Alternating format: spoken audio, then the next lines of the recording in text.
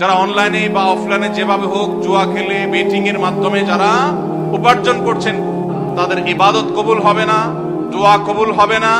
এবং যেই দেহ যা হারাম দ্বারা গঠিত হয়েছে, নবীজি সাল্লাল্লাহু আলাইহি সাল্লাম বলেছেন যে সেই দেহ জাহান্নামের জন্য উপযুক্ত, সেটা জাহান্নামে যাবে।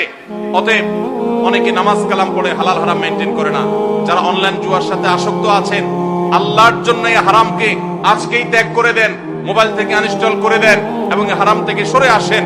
পরিশ্রম করেন, কষ্ট করেন, এরপরে কষ্ট করে উপার্জন করেন। নবীজি সাল্লাল্লাহু আলাইহি সাল্লাম বলেছেন, আফদালুল কাসবে কাসবুল ইয়াদ। হাত দিয়ে মানুষ যে কামাই করে, পরিশ্রম দিয়ে করে মানুষ যে কামাই করে, এটা হলো সবচেয়ে উত্তম কামাই। অনেক অ্যাপ বের হয়ে গেছে, সবগুলোর জন্য কমন উত্তর, এগুলো সবগুলো হারাম। পৃথিবীর কোন আলেম এগুলোকে হালাল বলেন না।